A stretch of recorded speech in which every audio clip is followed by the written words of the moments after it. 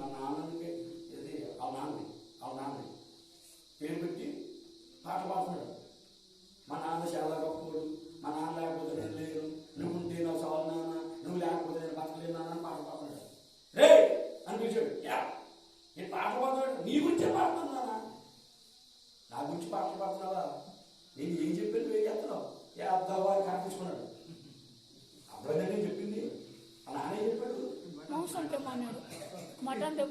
షాపుకి వెళ్ళి మటన్ పట్టుకున్నాడు. ఈడేం చేస్తున్నాడు? ఎవరి గురించి పాడుతున్నాడు? నాన్న గురించి పొంగుతూనే పాడుతున్నాడు. నా గురికి నా బంగారం కొండ, నా గురించి భలే పాడుతున్నావు, నువ్వు పాడుతూ ఉండు, నేను ఇంకొకటి పోతాను అక్కడ. మనం ఇలాంటి తింగ పనులు చెప్తున్నా. ఆయన చెప్పిన పని చేయకుండా,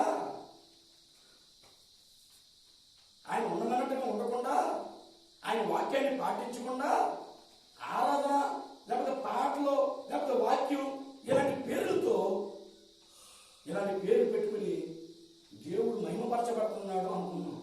దేవుడు ఎప్పుడు మహిమపరచబడతాడు? నువ్వు ఆయన చెప్పినట్టు చేసినప్పుడు, ఆయన ఉండమన్నట్టు ఉంటే. అర్థమైందండి? నా కొడుకు మంచోడు అయిపోతుంది. ఇంకొక 10 నిమిషాల్లో ముగించేస్తాను. ఏమంటారా? ఆటగాడుతుందా? లేదు, చెప్పండి. ఏమో మమ్మల్ని పడతాను చెప్పండి. ముగించేస్తాను. ఇంకో 10 నిమిషాల్లో ఉంది టైం. ఈ 10 నిమిషాలు చెప్పి ముగించేస్తాను. ఏం చెప్తున్నాను దేవుని గురించి? దేవుని సృష్టిస్తున్నాడు కొడుకు. తండ్రి కొడుకు గురించి చెప్తున్నాను కదా. తండ్రి కొడుకు గురించి చెప్తున్నాను. నా కొడుకు, నాకిద్దరు కొడుకులు అనుకోండి. ఇద్దరు కొడుకు కాదు, కూతురు కొడుకు అనుకోండి. మామూలు చెప్తున్నాను, ఉదాహరణ చెప్తున్నాను. నాకిద్దరు కొడుకులు అయితే నా పెద్ద కొడుకు నేను ఏం చెప్తే చేస్తాడు. నా పెద్ద కొడుకు నేనేం చెప్తే ఎవరా అంటే వెళ్తాడు, రారంటే వస్తాడు, కూర్చోరంటే కూర్చుంటాడు, నాన్న ఇప్పుడు మంచిది కొట్టాలంటే మంచిది కొట్టుకొస్తాడు. నీకు ఎవరు చెప్పిన మాట వింటావు, ఎవరు చెప్పిన మాట వింటావు. అలా నాన్న చెప్పిన మాటే వింటాడు.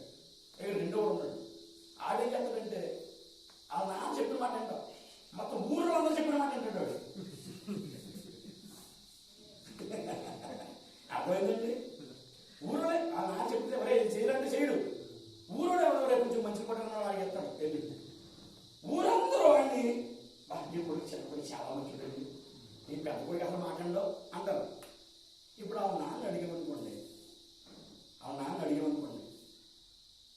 మీ ఇద్దరు కొడుకులు ఎవరు మంచి చూడండి అని అడిగారు అనుకోండి, మంచి మాట వినేవాడు, మాట తండ్రి మాట. అదేంటి రెండో వాడు మంచోడు కదా? ఎందుకు కాదు? తండ్రి మాట వినటలేదు. వీడు ఎవరు సంబంధించినోడు? వీడు తండ్రికి సంబంధించినోడు. వీడు ఎవరు మాట వినాలి? తండ్రి మాట వినాలి. లోకల్ ఎంతమంది చెప్పినా వాడికి సంబంధం మా నాన్న. అంతేనే కదా. బైబిల్ గ్రంథంలో ఏముందంటే,